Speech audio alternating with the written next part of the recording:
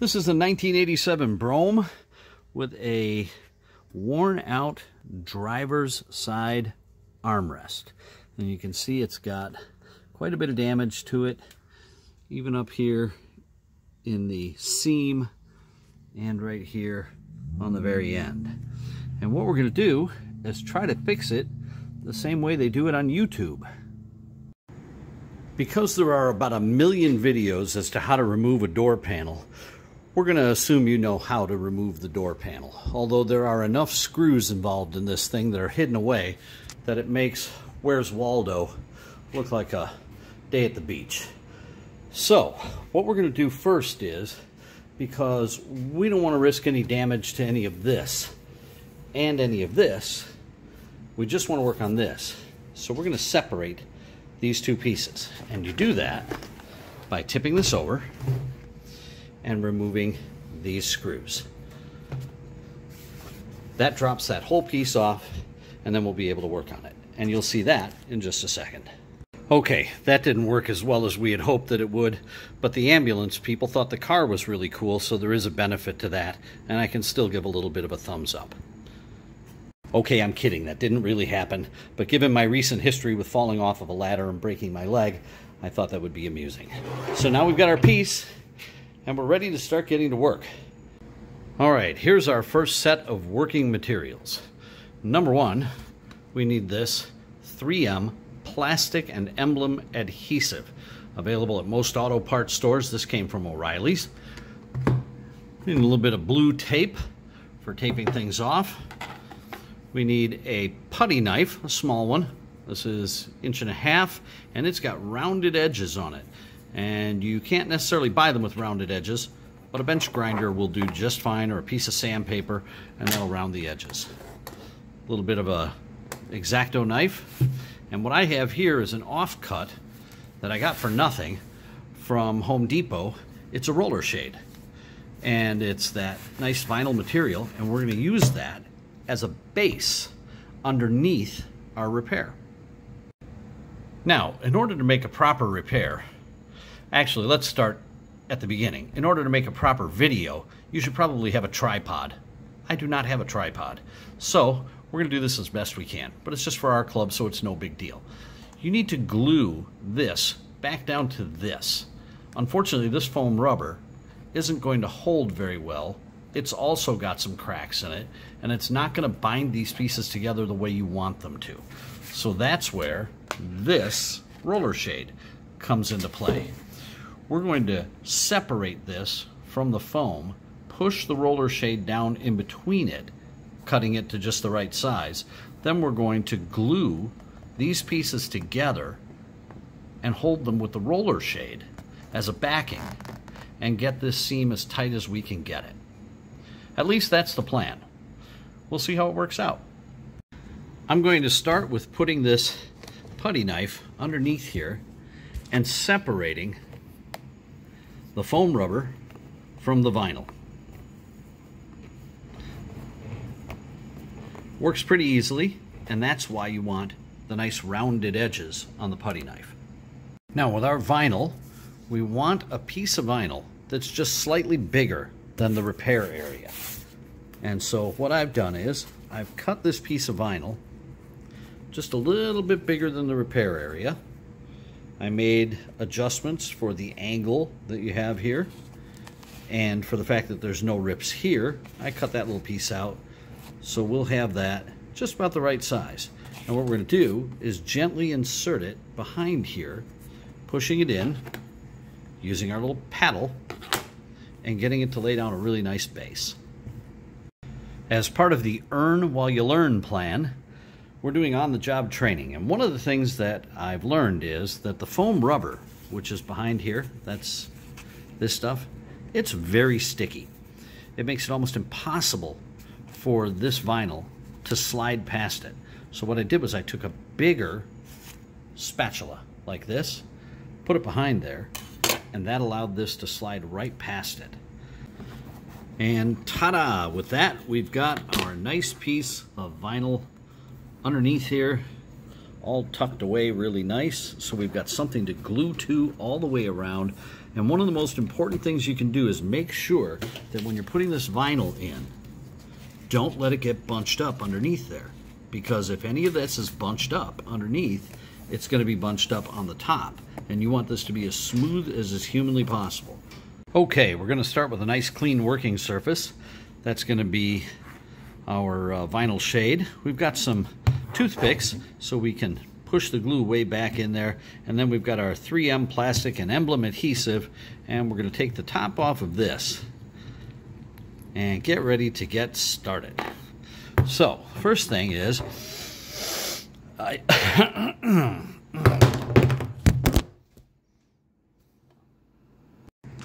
And welcome back. Yesterday we were about to start gluing when suddenly we realized that you need to use the glue in a well-ventilated area. Wowie, wow, wow, will you get high if you smell this glue. So please, kids, don't do this at home. Terrible, terrible idea. All right, so what we're going to do is we're going to put a little glue down on this and then use our toothpick to put it in these small areas that have the little cracks and go ahead and fill that in. Okay, we have obtained something of a tripod, which might make this just a little bit more interesting. So, what we're going to do is we're going to try to make one of the repairs so that you can actually see it while it's happening. We're going to go back to squirting out a little bit of glue on our test sheet. We are taking one of our toothpicks, and we'll see how this works out.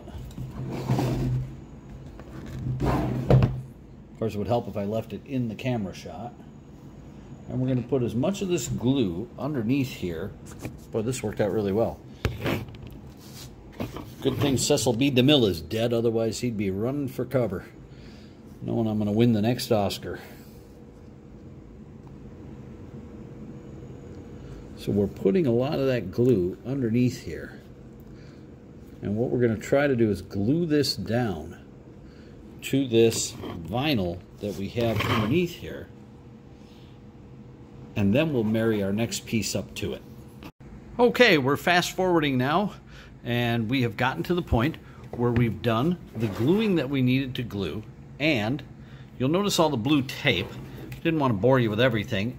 As we started here, we glued all the little pieces, and we know we're going to have some spaces, and that's okay because we're going to fill that with some plastic filler that's designed to be flexible and refinishable with upholstery dye.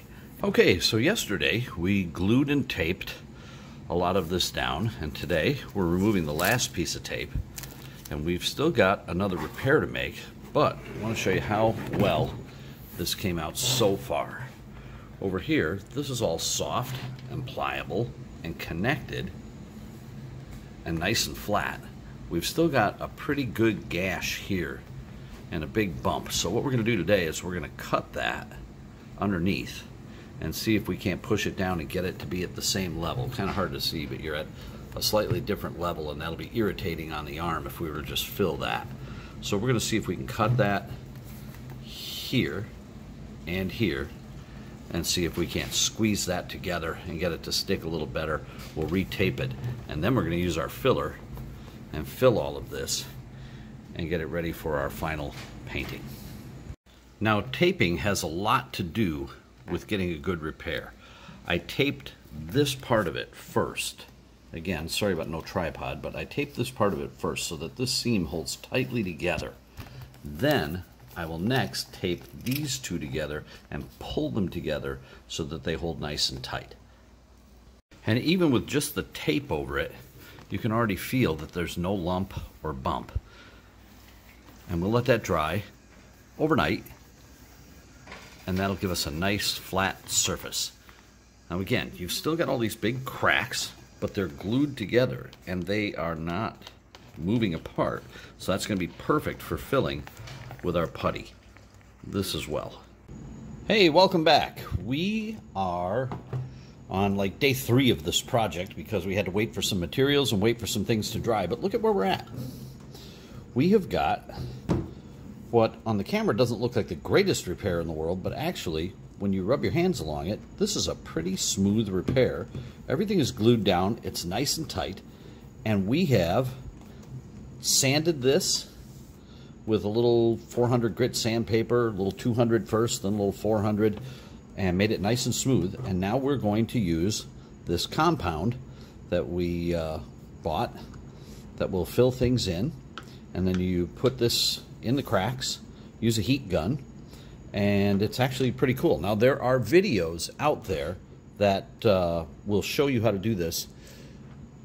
And this is not intended to be a step-by-step instruction of what to do. So we're going to do this a little bit, see how it goes, kind of show you what's happening, and show you the finished product and tell you where to get everything. So that's the biggest part of the instruction of this. And now we're going to give you a little bit of an idea of how this works. You take this filler paste on a little spatula, and you start by working it into the biggest crevices that you have. You've got a pretty big crack here, and you do one little area at a time. You don't have to do the whole thing all at once. Just do one small area at a time. Work it in there really good in both directions. Scrape the excess off. It's not going to set up. This is not a glue. You have to activate it with a heat gun in order to get it to set up. So you are going to have some time. And it's completely sandable. So if you do get too much on there, you can sand it off.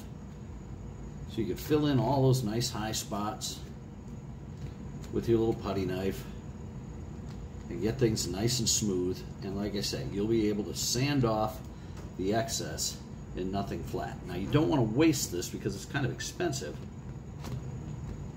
So any excess that you take off in one spot, put that on in another so that you're not wasting the product.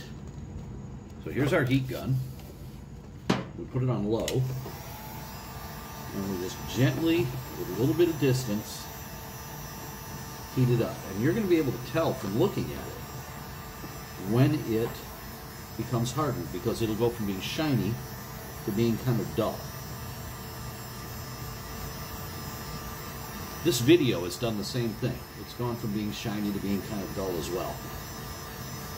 But you're still here, and I thank you for that.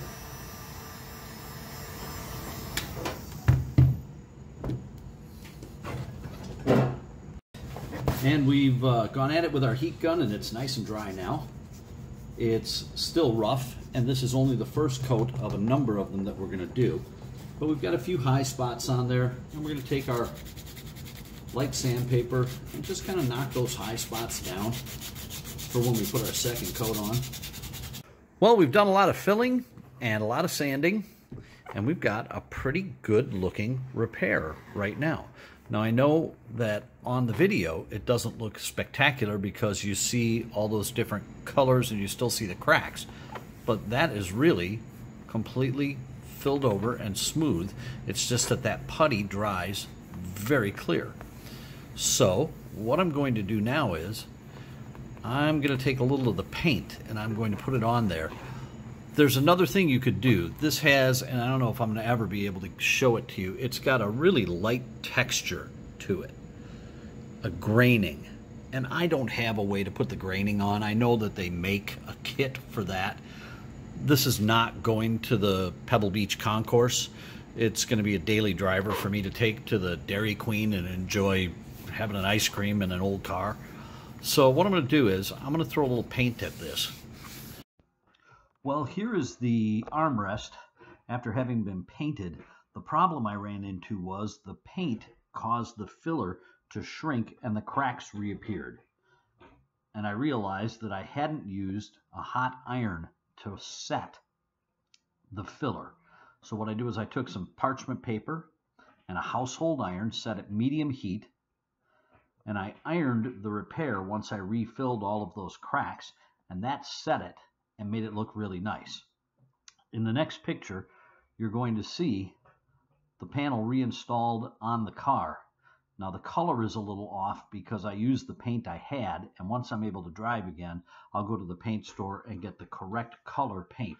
So what you see in that last picture is going to be a slight discoloration because I didn't use the right color paint. This took a long time to do, but I had a lot of time to kill, and it wasn't as hard as I thought it was going to be. So if you have something similar to this, don't be afraid to give it a try.